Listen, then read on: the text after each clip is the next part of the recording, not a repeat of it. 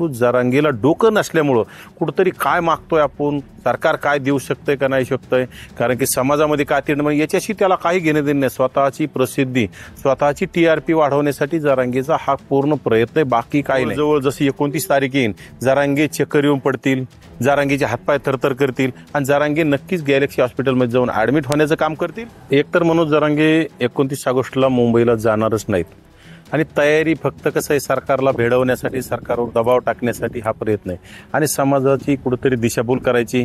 आज काहीतरी लोक मैदान पाहण्यासाठी आझाद मैदानावर गेलेत.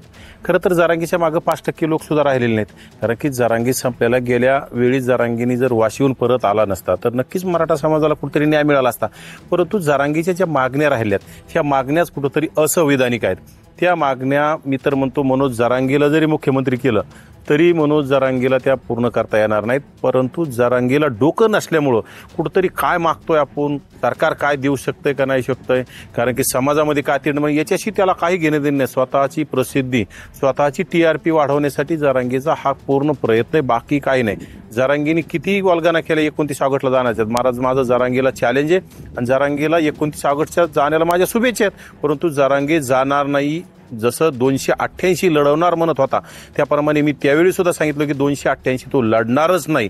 तसं त्याप्रमाणे मी आता 29 ऑगस्टला जरांगे जाणारच नाही हे ठाम सांगू शकतो, कारण जरांगे त्याच्या अगोदर जरांगे राज्य सरकारसोबत सेटलमेंट करीन, राज्य सरकारकडून काही खोके घेण्याचं काम करीन आणि खरं तर जरांगेचे सगळे सहकारी ज्या लोकांनी आंदोलन उभं केलं हे सगळे जरांगेपासून बाजूला गेले. त्याला जरांगेचं पटत नाही, जरांगेच्या सगळ्या गोष्टी भंपकीत, त्यामुळं त्यांनी आता जरांगेला टाळायला सुरू केलंय. म्हणून जरांगे आता भावनिक कुठेतरी मी मुंबईला गेलो तर एक तर मरून येईन नाही तर न्याय घेऊन येईन असं काहीतरी सांगायचं. मी आता सांगतो की येणाऱ्या काळात जरांगे आता जवळजवळ जशी 29 तारीख येईल, जरांगे चक्कर येऊन पडतील, जरांगेचे हातपाय थरथर करतील आणि जरांगे नक्कीच गॅलेक्सी हॉस्पिटलमध्ये जाऊन ॲडमिट होण्याचं काम करतील आणि जरांगे मुंबईला जाणार नाहीत. स्वतःच्या तब्येतीचं कारण सांगतील आणि मराठा समाजाच्या तोंडाला ज्याप्रमाणे वाशीमध्ये जाऊन काळं लावलं त्याचप्रमाणे पुन्हा सुद्धा पैसे घेऊन मराठा समाजाच्या तोंडाला काळं लावण्याचं काम जरांगे नक्की करणार. त्यामुळे जरांगे हा विषय संपलेला आहे. जरांगेच्या मागं आता कुत्रं बी राहिलेलं नाही आणि जालना जिल्ह्यात तर कोणीच नाही. फक्त राहिला विषय बीड जिल्हा जर म्हटलं तर बीड जिल्ह्यामध्ये जातीवाद, तो संतोष अण्णा देशमुखाच्या प्रकरणामध्ये जरांगेने जातीवाद पेटवला.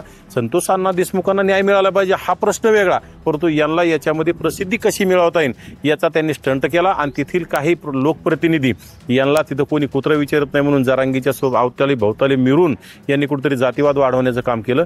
परंतु आता बीड सोडता महाराष्ट्रातील कुठलीही जनता, विशेषतः जालन्यातली जनता जरांगीच्या पाठीशी राहिली नाही. त्यामुळे जरांगे हा विषय संपलेला आहे.